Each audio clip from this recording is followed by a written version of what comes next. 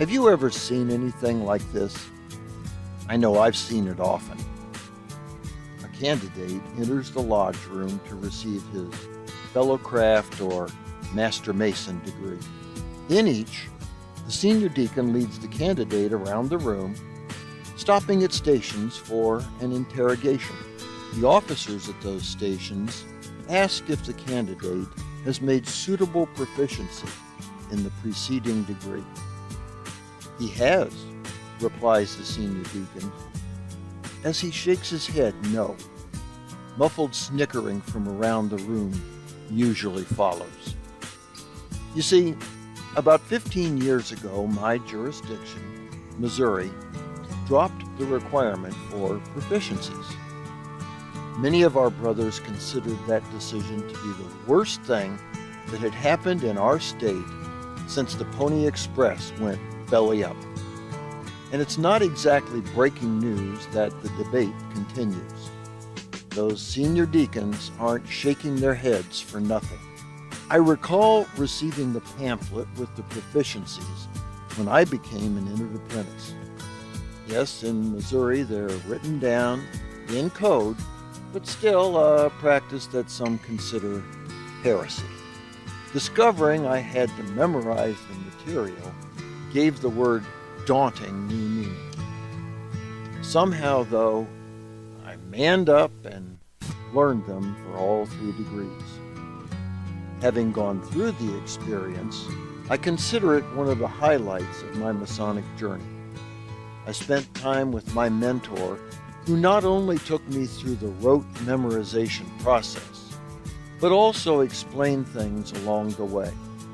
At the end, I felt a great sense of accomplishment.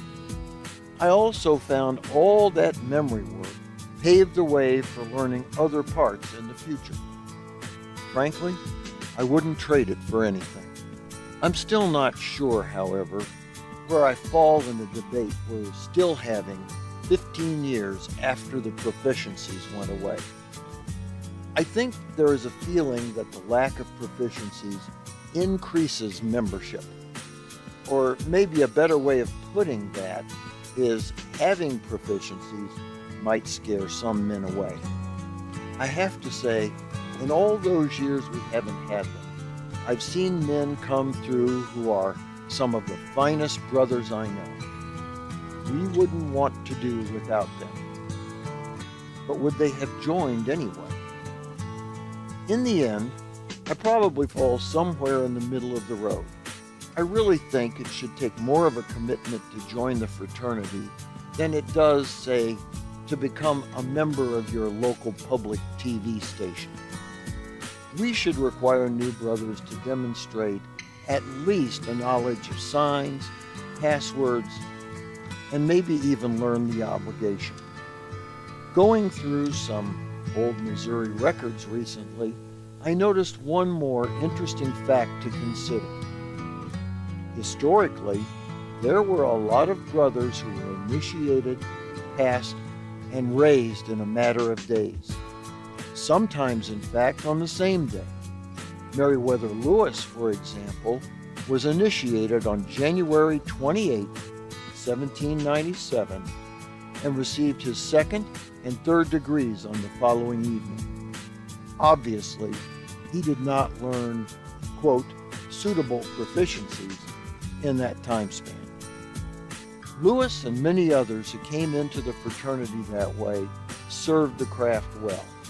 Don't we become a little more proficient in Freemasonry every day, with every meeting, every experience? Perhaps we should look at proficiency as something other than memorizing a boatload of material. To me, understanding that material is proficiency, and it doesn't come overnight. I wonder what would happen the next time I'm asked if the candidate has obtained suitable proficiency if I responded, define proficiency. And you're right, maybe not a good idea. For the Whence Came You podcast, this is Steve Harrison with the Masonic Minute.